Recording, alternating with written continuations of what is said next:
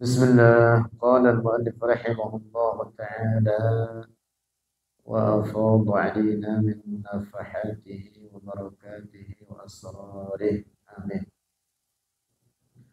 Faslun, bermula ini itu fasal arkanus salati, bermula rukun-rukun salat sab'ata asyara, itu 17. Al-awwalu, bermula yang pertama, an-niyyatu, itu niat. Ini hafalkan ini 17 ini. Mudah hafalnya. Kita bayangkan praktik sholat kita dari mulai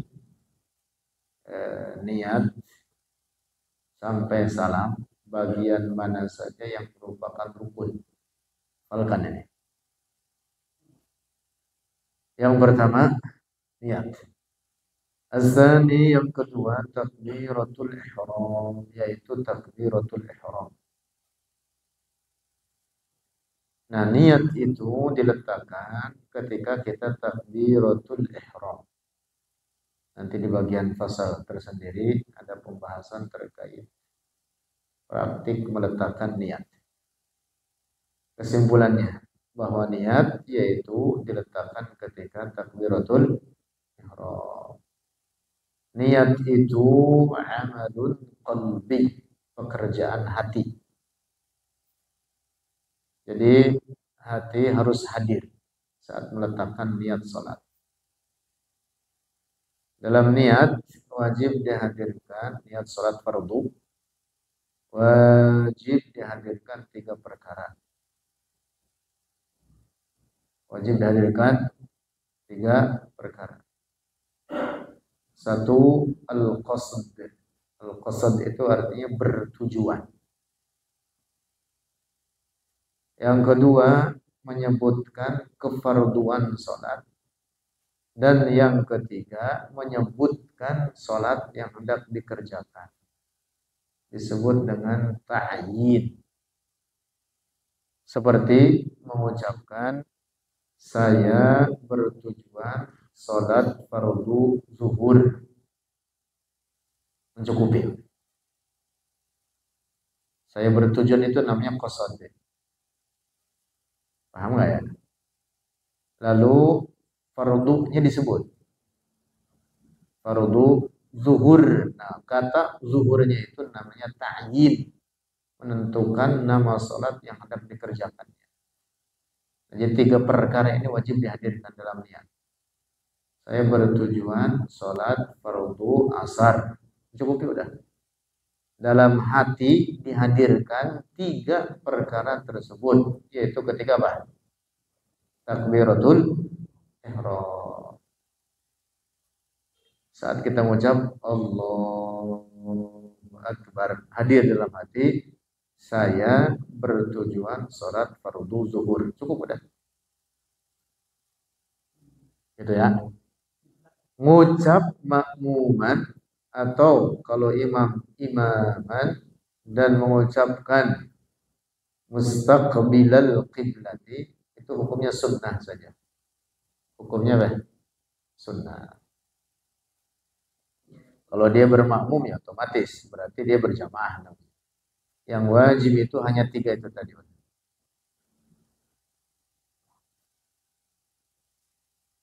Nanti kita rincikan lagi terkait niat. Yang kedua adalah takbiratul ihram, yaitu mengucapkan apa? Allahu Akbar. Allahu Akbar. Ini baik-baik, ba-nya jangan dipanjangin. Jangan dikata Allahu Akbar. Salah. Dan tidak sah salatnya. Allahu Akbar. Nah, gitu. As-salisu, bermula yang ketiga, al-qiyamu 'alal qadiri, berdiri atas orang yang mampu fil fardhi, dalam salat fardu. Jadi dalam salat fardu wajib hukumnya apa? Berdiri. Kalau dia mampu. Kecuali kalau tidak mampu boleh tidak berdiri seperti dengan duduk. Tapi kalau dia mampu duduk, tidak boleh berbaring. Wajib duduk. Beda. Nah, jadi berdiri dalam salat fardu itu bagian daripada rukun. Ar-rabi'u yang keempat, bermula yang keempat, qiraatul Fatihati, membaca Al-Fatihah, suratul Fatihah. Nah, nanti di fasal berikutnya akan dijelaskan terkait syarat-syarat dalam membaca surat Al-Fatihah. Di antaranya wajib membaca dengan bismillah. Bismillahirrahmanirrahim itu ayat pertama daripada surat Al-Fatihah. Karena itu wajib dibaca. Nah, demikian pula tuntutan lainnya dalam surat Al-Fatihah juga wajib didatangkan. Seperti beberapa huruf bertasydid, maka wajib dibaca tasydid. Termasuk nanti ada syaratnya yaitu al-muwalat, yaitu bersambungan. Yang dimaksud bersambungan, waqaf hanya untuk mengambil nafas, tidak boleh berhenti lebih dari sekedar mengambil nafas, melamun. Itu jangan dipaksain kalau sakit kaki. Duduk itu dengan semua bentuknya dalam sholat itu kategori duduk boleh. Jadi tidak harus seperti duduk dalam tahiyat awal. Kami duduk iftirash. Tidak harus dengan duduk iftirash. Boleh duduk bagaimanapun yang membuat nyaman bagi kita, yang ukurannya tidak sakit. Pada berdirinya dia berdiri. Kemudian pada duduknya cari yang nyaman bagi dia. Dasarnya begitu. Begitu dasarnya. Duduk iftirash itu bukan wajib. Duduk iftirash itu hanya apa? Sunnah. Nanti kan kita baca terkait itu. Runtut dulu dari awal, dari atas. Tadi satu apa? Niat. Dua, takbiratul ihram. Tiga, berdiri bagi yang mampu. Empat, baca Al-Fatihah.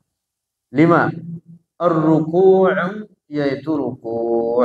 As-sadisu bermula yang keenam, at-tuma'ninatu fihi, tuma'ninah di dalam ruku'. Ruku' dalam praktiknya seukuran dua telapak tangan kita ini mengenai lutut. Ukurannya begitu. Bihaitsu tanadu rahatahu rukbatayhi, seukuran mengenai oleh kedua telapak tangannya akan kedua lututnya. Dengan lututnya diluruskan. Dengan lututnya diluruskan.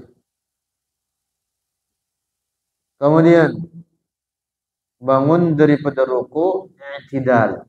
I'tidal kembali kepada posisi semula. Kalau dia dengan posisi berdiri, maka kembali kepada sebelum dia ruku, yaitu dalam posisi berdirinya. Dan wajib tuma'ninah di dalam ruku. Demikian pula dalam i'tidal, wajib tuma'ninah. Nah, berikutnya as-sabi'u yang ketujuh, al-i'tidalu itu i'tidal. Bangun daripada ruku. I'tidal itu makna artinya tegak lurus. Yang dimaksud kembali kepada posisi semula sebelum dia ruku.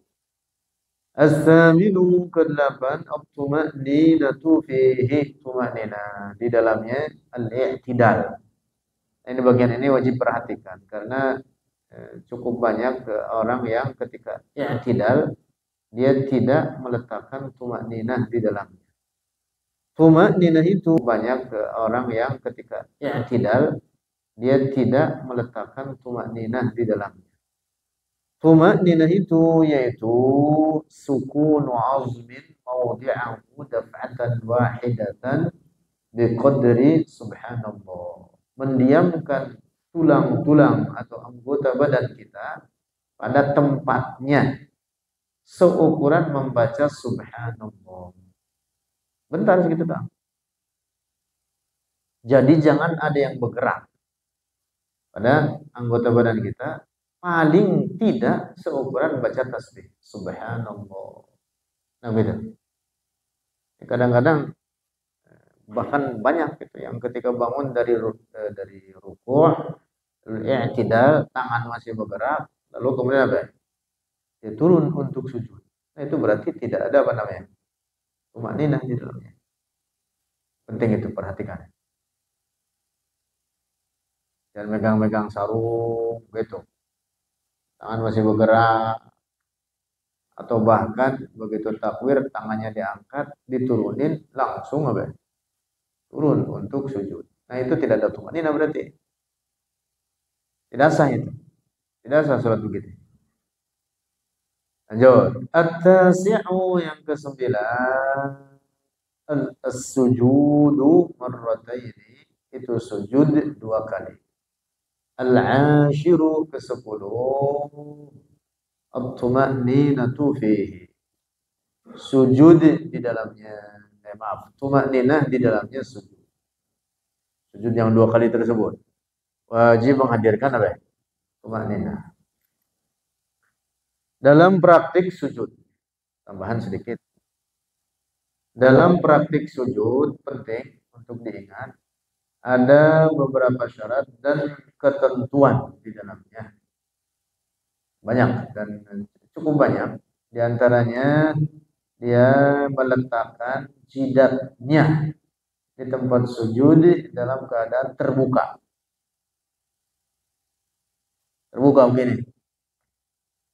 Kalau tertutup sedikit tapi kebanyakannya masih terbuka, mencukupi. Tapi kalau tertutup semua, dia pakai peci begini. Peci begini. Dia sujud. Sujudnya di mana? Peci sini. Kagak sah. Kagak sah itu salatnya. Iya, penting ini. Kalau tertutup dengan beberapa helai rambut, tapi kebanyakannya masih terbuka, tidak mengapa. Bagi perempuan, diingatkan, bagi perempuan yang punya bini di rumah, jangan sampai ketika sujud, sujud di atas mukenanya yang dibawa oleh dia. Jadi dia pakai mukena, begitu pas mau sujud, itu mukenanya dihampar oleh dia. Berarti sama juga dengan menutupi jidatnya itu. Sama itu menutupi jidatnya, kagak sah. Jadi jangan ditutupi oleh sesuatu yang dibawa dalam sholatnya ya. Kalau laki-laki pakai peci, misalnya menutupi jidatnya begini, maka tidak sah.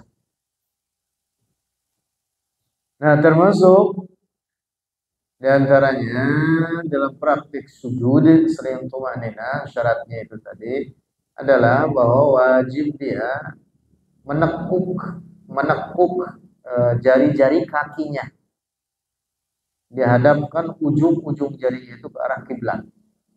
Dia tepuk begitu kakinya. Jangan begini. Jadi ditekuk ke arah kiblat, ujung-ujung jari. Kalau tidak begitu tidak sah.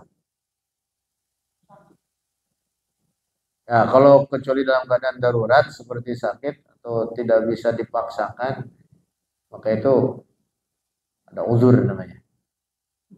Nah, dasarnya wajib dia meletakkan ujung-ujung jari-jari kakinya itu dengan dilipat menghadapkan ujung-ujungnya itu ke arah kiblat. Tangan nggak apa-apa dibuka sedikit gini. Dalam pendapat Imam Ar-Romli dibuka sedikit gini ketika sujud. Tangan sunnahnya ujung-ujungnya ini sejajar dengan pundak kita.